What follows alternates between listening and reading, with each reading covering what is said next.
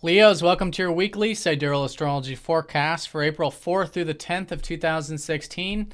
I'm Athen, and this is for Sidereal. If you are new to the channel, be sure to check out the link because the signs are different. All right, so Leo, this week we've got a new moon, and this is about new beginnings. Now, for you specifically with the deeper aspects of life. And this is nothing new. You've already had a lot of energy here. Your ruler, the sun's been in here. Venus has been here in the 8th house.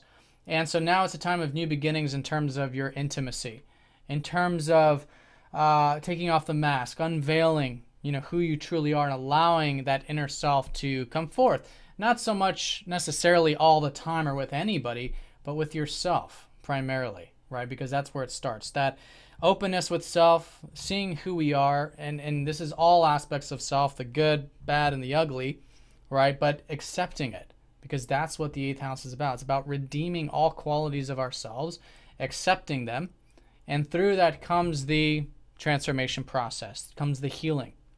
Because it's not until we accept can we do any type of transformation or any type of healing. And the 8th house is the deep self, right? So the aspects of the self that we push away or brush away until time periods like this come around, in which then we can see exactly what these things are that now we might have to face and accept, and through that grow from. So that's going to be the a new beginning, but now it's a very spiritual time because it's going to be sitting these new seeds with Pisces. All right, so it's a good time to reflect, and that's how it is normally with the new moon anyways, especially leading up to it, reflecting on these things, reflecting on this more accepting elements of life. Because for you to really connect to the deeper elements of life, which is that 8th house, it's all about acceptance for you, which is Pisces. So leading up to it, balsamic phase, very lowering of energy. All right, and then the new moon is going to be on Thursday. And then after Thursday, a lot of that energy will start to move forward slowly. And especially by next week, a lot of these things will come a little bit more out into the open for implementation and integration. Now, one thing I do want to mention is at the beginning of the week, Mercury is going to be going into your 9th house. So there's a transformation occurring with your mind, with your perspective of things right at the beginning of the week, Tuesday, Wednesday. And this is a very fiery place for Mercury to be in too, so there could be some of that motivation, some of that drive, as there usually is, for you to expand your horizons, seeing things from that top-down perspective, that inspirational perspective, right? And I think you could be thinking about the life path, maybe thinking about travel, thinking about expanding your horizons, philosophy, communicating philosophy. All right, and that could be the more fiery side to the nature of the astrology this week. But definitely the 8th house, and definitely a good time with Pisces to go within and reflect on this more deeper stuff and do this acceptance, which then leads to this transformation. All right, so with that, the aspects this week do have a strong alignment with the new moon. In fact, the only major aspects this week are associated with it. The sun is going to be trining up to Saturn, then squaring up to Pluto. Then the new moon is on Thursday, and then the weekend ends with the sun conjoining up to Uranus. Okay, so these are all the aspects associated with the new moon. Now, that trine up to Saturn, this has been this whole past year off and on a very good time for you to build your solid foundations in life. Maybe with your home, maybe with family, maybe with your health.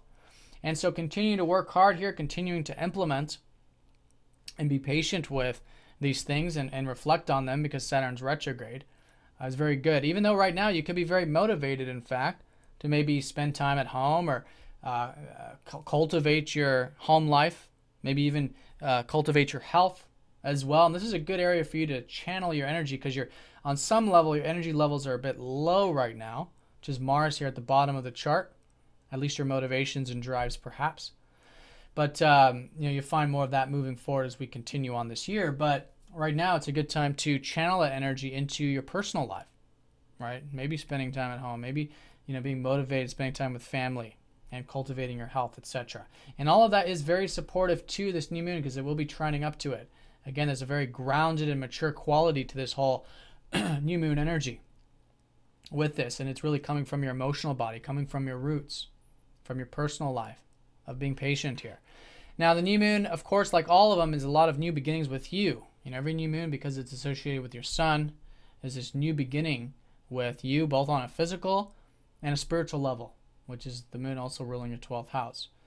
So there's a freshness about it. And this new moon is going to be conjoining up to Uranus. So it's really about accessing your true self. And again, this has been a Uranus in your 8th house, which is helping you see the immense freedom of being vulnerable, being open in life, right? And maybe even having healthy codependency with others, sharing things. That's really what it comes down to, is sharing. So there's a lot of new insight about this, and it's going to be a very freeing time with this. And I think really accessing this true self that's really trying to come through in this deeper way at the moment. It has been for like 6 or 7 years with Uranus here. Okay, but it's a new time with that, new beginning with that.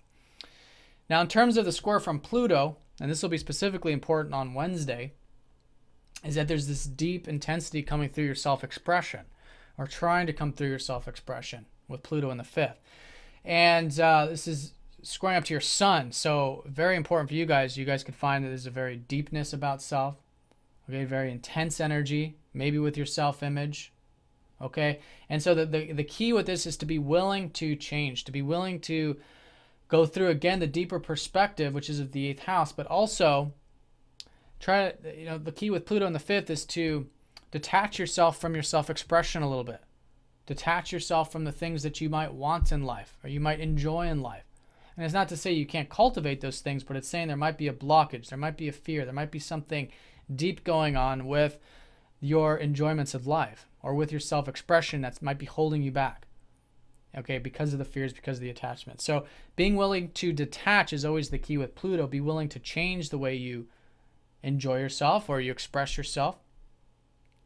And then again, diving deep will be the theme around that. Okay, so working with it constructively is all about being open to change with self. And this is, again, also involving your identity, who you are, which is the ruler, your ruler, the sun. All right, but like I said, a lot of support from Saturn, so you could find yourself quite disciplined, quite grounded this week.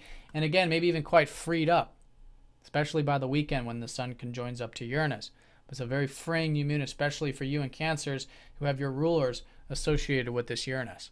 A new you, right? A deeper you.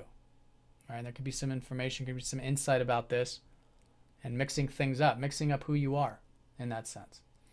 All right, Leo, so have a great week. Thanks for watching, and I'll see you all next week.